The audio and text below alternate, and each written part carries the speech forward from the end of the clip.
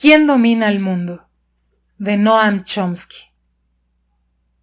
Capítulo 20. Un día en la vida de un lector de The New York Times. Se puede decir que The New York Times es el periódico más destacado del mundo. Es una fuente indispensable de noticias y debates, en la que se puede aprender mucho si se lee de manera atenta y crítica. Ciñámonos a un solo día, 5 de abril de 2015. Aunque casi cualquier otro habría proporcionado información similar sobre la ideología y la cultura intelectual imperantes. Se consagra un artículo de primera plana a la historia de una falsa violación en un campus universitario que había publicado la revista Rolling Stone y que la Columbia Journalism Review había dejado en evidencia. Tan grave es este desvío de la integridad periodística que es también el tema del artículo principal en la sección de negocios, con una página interior completa dedicada a la continuación de los dos informes. El reportaje analiza varias irregularidades cometidas por la prensa. Unos pocos casos de invención, expuestos con rapidez, y otros de plagio, demasiado numerosos para enumerarlos. El delito concreto de Rolling Stone es la falta de escepticismo, que es, en muchos sentidos, la más pérfida de las tres categorías. Resulta refrescante ver el compromiso del Times con la integridad del periodismo. En la página 7 del mismo número hay un artículo importante de Thomas Fuller titulado «La misión de una mujer para liberar Laos de millones de bombas sin estallar». Informa del esfuerzo decidido de una mujer laosiana-estadounidense, Chanapa Kamyongsa, por librar su tierra natal de millones de bombas todavía enterradas allí, el legado de una campaña aérea de 9 años que convirtió Laos en uno de los lugares más bombardeados de la Tierra. El artículo señala que, como resultado de la presión de Kamyongsa, Estados Unidos incrementó su gasto anual en la eliminación de bombas sin estallar mediante una generosa contribución de $12 millones. Las más letales son las bombas de racimo, que están diseñadas para causar el mayor número de bajas a las tropas, a base de dispersar centenares de pequeñas bombas en el suelo. Alrededor del 30% de ellas no estallan, de manera que matan y mutilan a niños que más tarde recogen los trozos, campesinos que las golpean cuando trabajan y otros desafortunados. Un mapa adjunto muestra la provincia de Sieng Kowang, en el norte de Laos, más conocido como la llanura de las jarras, el objetivo principal de un bombardeo intensivo que alcanzó su máxima furia en 1969. Fuller explica que la señora Kamyongsa se sintió espoleada a actuar al ver una colección de dibujos de las bombas hechos por refugiados y recopilados por Fred Branfman, un activista antibelicista que ayudó a exponer la guerra secreta. Los dibujos aparecieron en su notable libro Voices from the Plain of Jars, publicado en 1972 y republicado por University of Wisconsin Press en 2013 con una nueva introducción.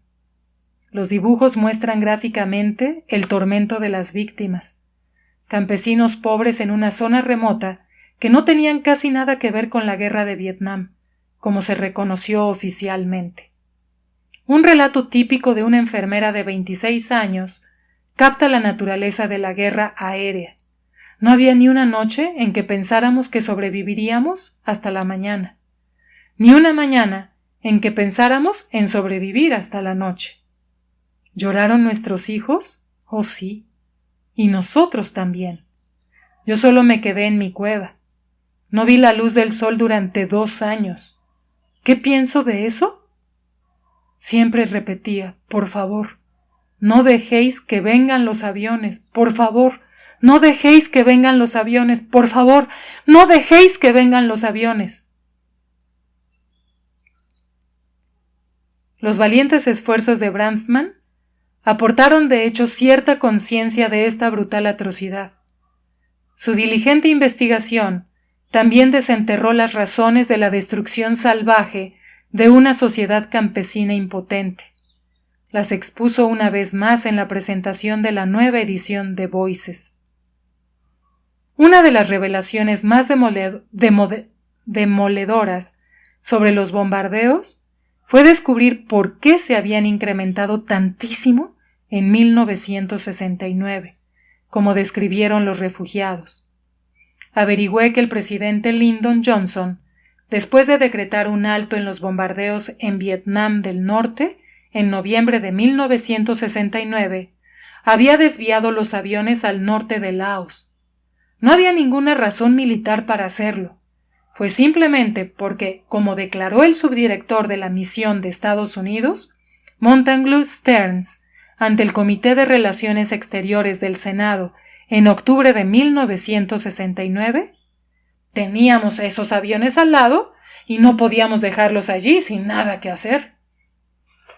Por consiguiente, los aviones no utilizados se lanzaron sobre campesinos pobres y arrasaron la pacífica llanura de las Jarras, lejos de los estragos de las guerras de agresión asesinas de Washington en Indochina. Veamos ahora que esas revelaciones se transmutan en la neolengua de The New York Times. Escribe Fuller. Los objetivos eran tropas norvietnamitas, sobre todo en la ruta Ho Chi Minh, una gran parte de la cual atraviesa Laos, así como los aliados comunistas laosianos de Vietnam del Norte. Compárense esas palabras con las del subdirector de la misión de Estados Unidos, con los dibujos desgarradores y con el testimonio que aparece en el libro de Fred Bronfman. Cierto, el periodista del Times tiene una fuente, la propaganda de Estados Unidos. Eso seguramente basta para pasar por encima de los hechos que constituyen uno de los peores crímenes de la era posterior a la Segunda Guerra Mundial, como se detalló en la misma fuente que cita. Las revelaciones cruciales de Fred Bronfman. Podemos estar seguros de que esa mentira colosal al servicio del Estado no merecerá una extensa exposición y una denuncia de escandalosa fechoría por parte de la prensa libre, como la merecen el plagio y la falta de escepticismo. El mismo número de The New York Times nos sirve un informe del inimitable Thomas Friedman, que repite con seriedad las palabras del presidente Obama para presentar lo que Friedman etiqueta como la doctrina Obama. Cada presidente ha de tener una doctrina. La doctrina profunda es compromiso, combinado con el cumplimiento de las necesidades estratégicas fundamentales. El presidente ilustró su doctrina con un caso crucial. Tomemos un país como Cuba. No es demasiado arriesgado probar a ver si nuestro compromiso resulta en mejoras para el pueblo cubano. Es un país pequeño. No amenaza nuestros intereses de seguridad básicos y, por lo tanto, no hay razón para no intentarlo. Y si resulta que no conduce a resultados mejores, podemos ajustar nuestra política. Aquí, el laureado con el Nobel de la Paz se extiende en sus razones para llevar a cabo lo que el director de la publicación intelectual de la izquierda liberal, The New York Review of Books, aplaude como el valiente y auténticamente histórico paso de restablecer relaciones diplomáticas con Cuba. Es una medida tomada para fortalecer de manera más eficaz el pueblo cubano, explicó el héroe, después de que nuestros anteriores esfuerzos para darles libertad y democracia no habían logrado nuestros nobles objetivos. Buscando más, encontramos otras perlas. Hay, por ejemplo, un artículo de opinión de Peter Baker sobre el pacto nuclear de Irán, publicado unos días antes, que advierte de los crímenes iraníes enumerados de manera regular por el sistema de propaganda de Washington. Todo demuestra ser muy revelador en el análisis, aunque nada más que el crimen iraní definitivo: desestabilizar la región apoyando a las milicias chiíes que mataban soldados estadounidenses en Irak. Aquí nos encontramos otra vez la imagen estándar. Cuando Estados Unidos invade Irak, casi destruyéndolo y azuzando conflictos sectarios que están desgarrando el país y ahora toda la región, eso cuenta como estabilización en la retórica oficial y, por tanto, de los medios. Cuando Irán apoya milicias que se resisten a la agresión, eso es desestabilización.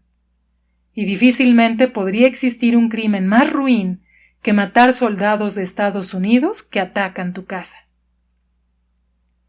Todo esto, y mucho, mucho más, tiene perfecto sentido si mostramos la debida obediencia y aceptamos de manera acrítica la doctrina aprobada.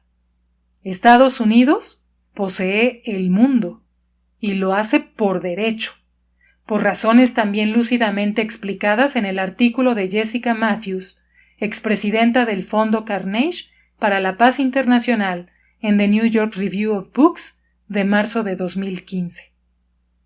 Las contribuciones estadounidenses a la seguridad internacional, el crecimiento económico global, la libertad y el bienestar humano han sido tan evidentemente únicas y han estado tan claramente dirigidas al beneficio de otros que los estadounidenses desde hace mucho han creído que Estados Unidos representa una clase de país diferente. Donde otros persiguen sus intereses nacionales, Estados Unidos trata de fomentar principios universales. La defensa concluye.